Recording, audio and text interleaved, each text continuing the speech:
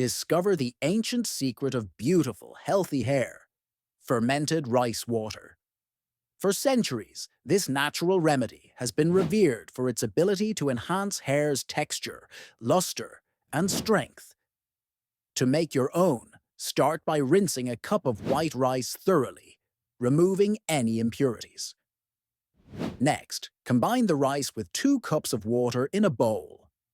After soaking for about 30 minutes, strain the liquid, capturing the rice water in a clean container.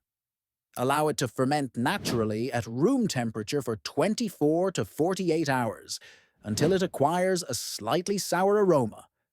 Once ready, refrigerate to preserve its potency. To use, apply it to your hair after shampooing, gently massaging into your scalp and hair. Rinse thoroughly after 15 minutes. Embrace this time-honored tradition and watch your hair transform with regular use.